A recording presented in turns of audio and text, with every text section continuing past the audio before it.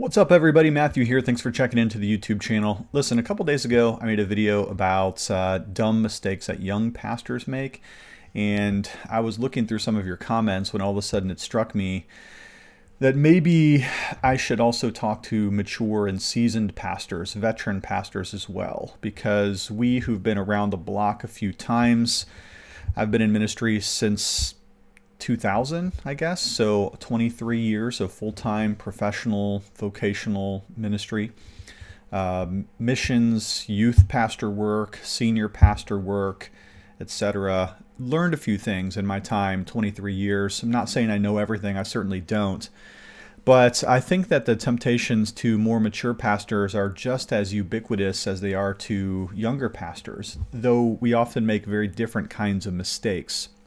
Now, in that other video, some of the mistakes that I made regarding younger pastors I think are fairly innocuous. In other words, you can learn from them pretty quickly and try to steer around them if you're wise and you have some discretion in your life.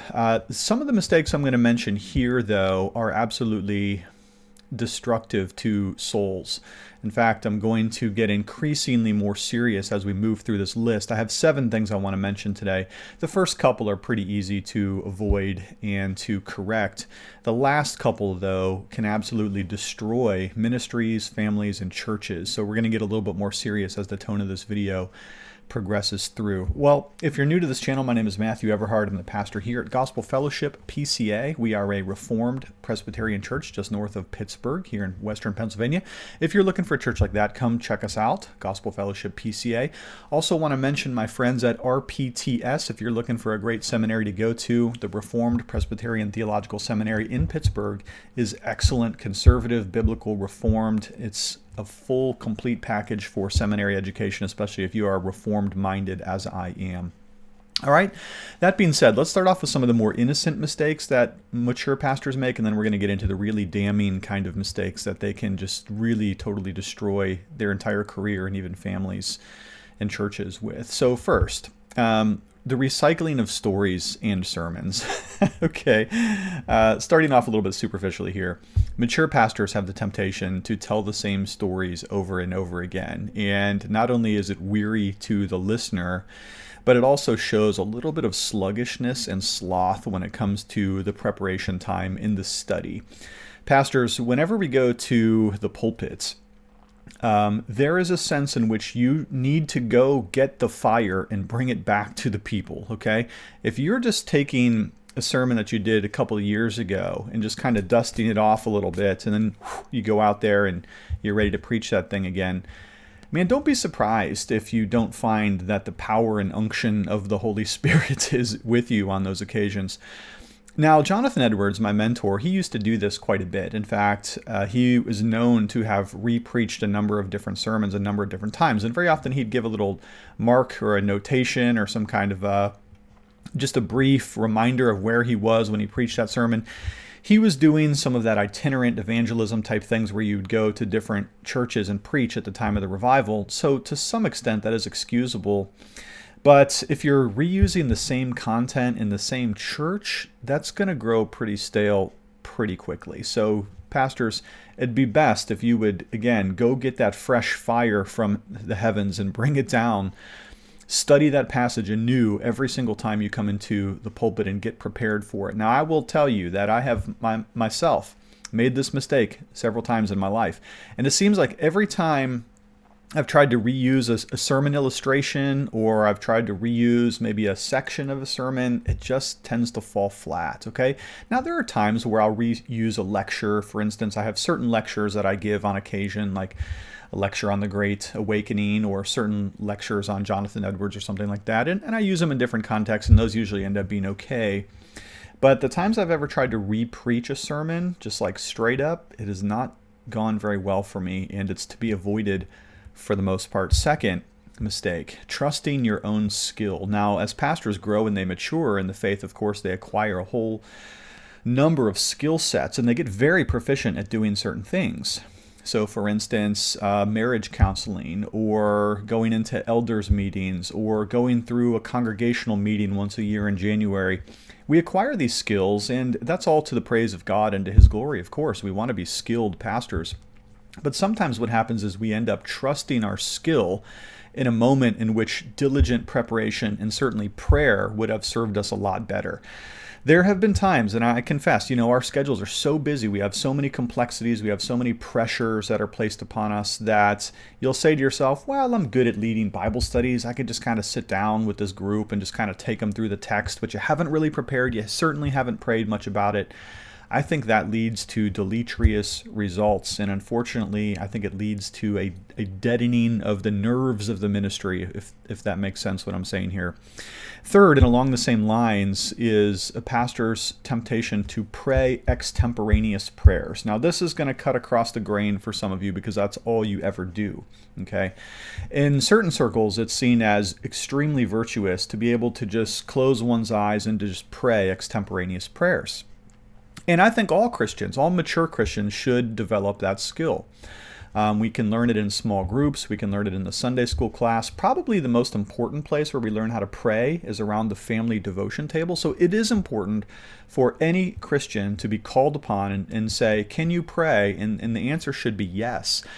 I was told a long time ago, and I still believe this, that the pastor should be ready to preach, pray, or die at any moment. And there are times where a pastor is called upon to pray in certain circumstances in which he had better be, by virtue of his calling, the calling of God upon his life, he better be able to lead the people of God in prayer in an extemporaneous way. However, I do think that there is something very, very rich and rewarding to preparing one's prayers ahead of time before coming to the congregation in moments in which you know for a fact that you're going to be called on to pray.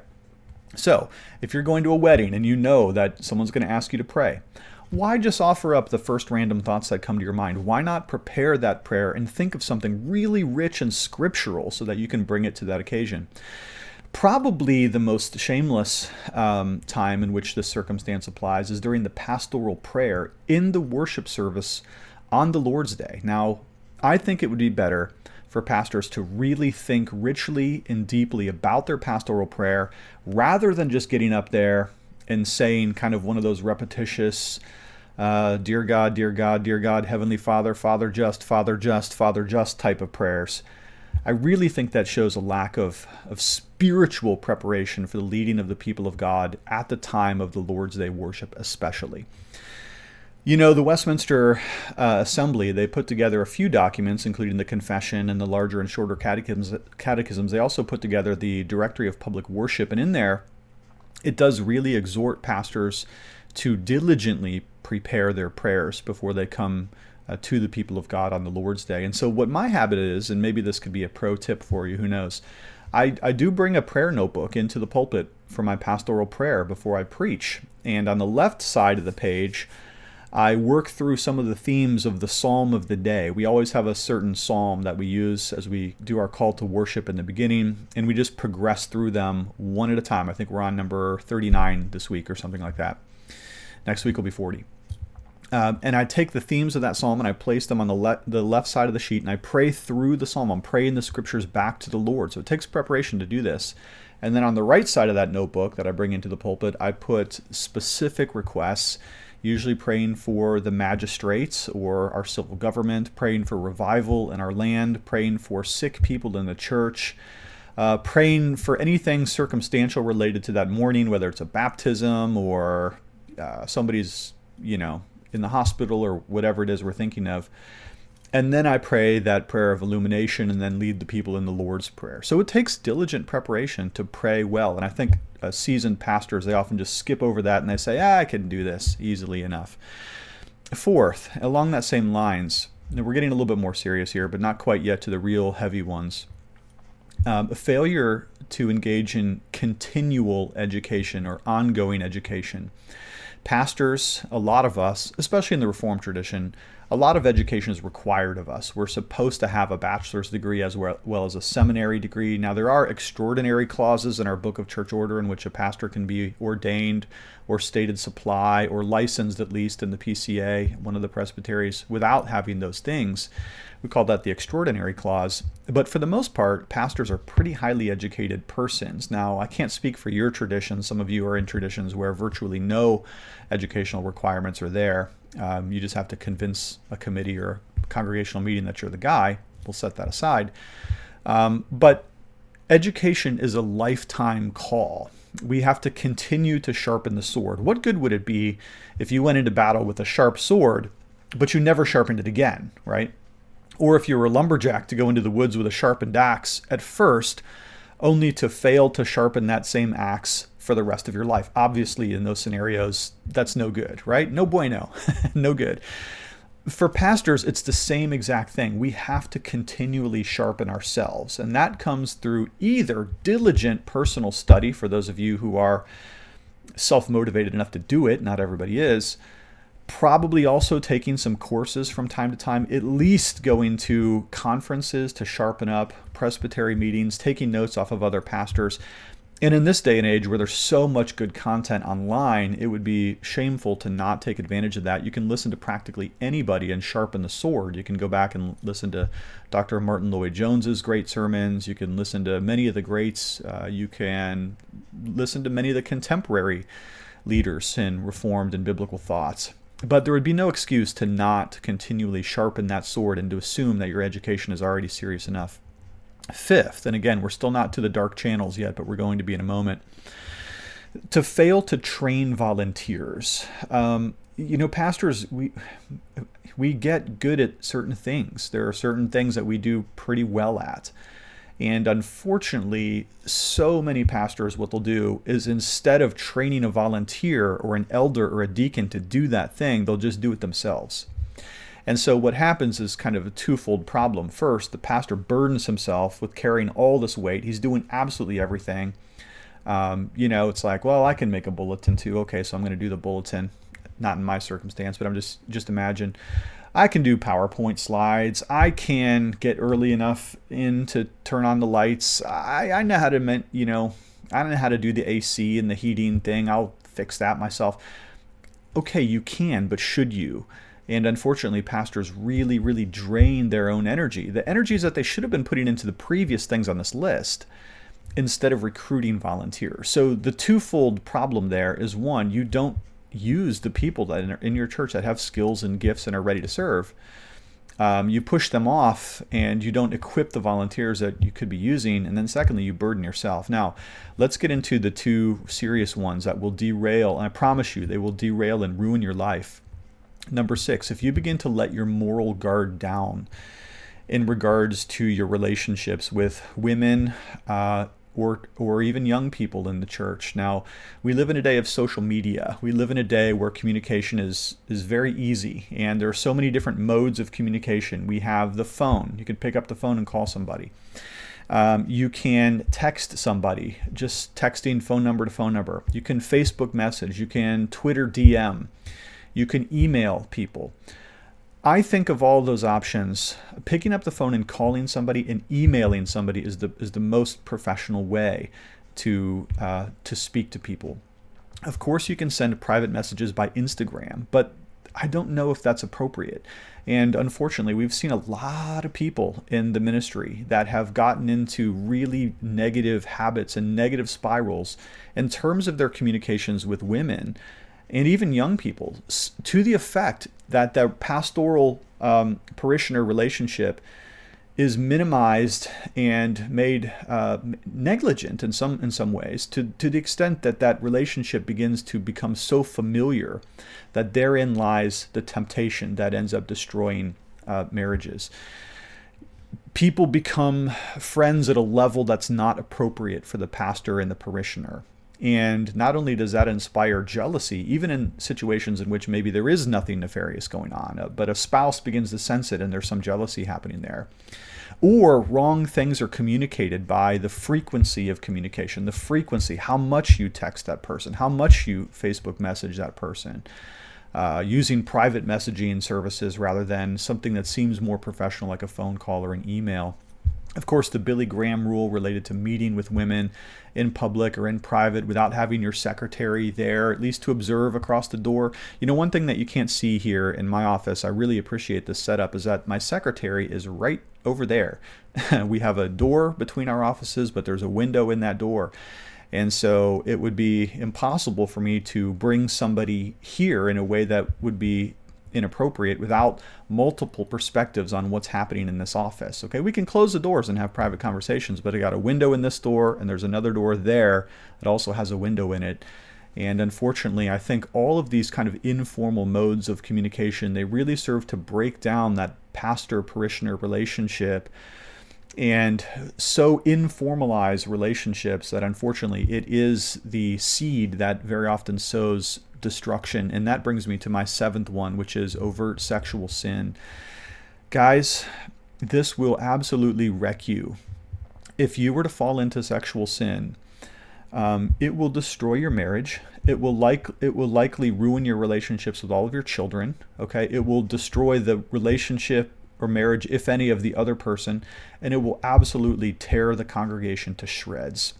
I wish that I could tell you that I'm only speaking theoretically about these matters, and maybe that I'd only read about some of them from a distance away, and I know that they exist. But unfortunately, the reality is a number of the churches that I know very personally have been absolutely ravaged by this kind of sexual sin. Okay, I could go into some pretty specific details with you if we had time and if I had the inclination. But being that this is a pretty public channel, a lot of people might watch this video. I'm gonna spare people the names and the circumstances. But I'm just telling you, I have seen firsthand with people very close to me, people that I've been very close to in my life, other ministers, friends, colleagues, other professionals, pastors that I've known by name and face. I have seen them absolutely shipwreck their entire life based on a sexual impropriety. They let their guard down and they failed to defend not only the nobility of their call, but also the honor of Christ's church. And every single time it happens, it is catastrophic in its results. There is one circumstance that I know of that is pretty near and dear to my heart, in which a sexual impropriety happened almost 20 years ago. We're talking 2 decades ago, and the church is still reeling from that. The church was split because of loyalties. Some people were faithful to him, other people were not. A number of the families were immediately disenfranchised with the faith. Some people apostatized because they couldn't imagine that this could actually happen in the church. A number of people left and went to more faithful ministries. And even to this day, what was once a very strong and vibrant church is a decimated shell of what it once used to be. I've seen this so many times. And pastors that fall into sexual temptation, where do they go after the ministry? They've built their entire reputation, all of their education, all of their skill sets, virtually everything that they have to speak for themselves in career-wise, and even to be able to provide for their family, if they're even able to hold their family together, is totally destroyed. So what do you do when you've made such a wreck of your life? Well, it's very, very difficult to recover.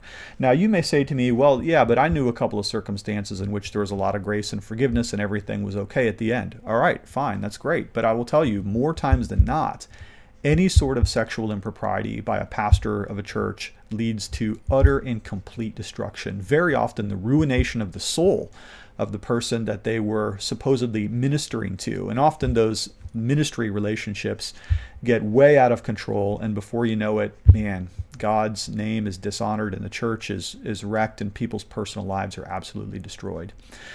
So pastors, guard your heart, guard your life, guard your marriage, because if you fall into the 6th and the 7th sins that I've mentioned here in this list, may God have mercy on you. I'm sorry this video got a little bit serious towards the end, but I do love you lots, and we'll talk to you later.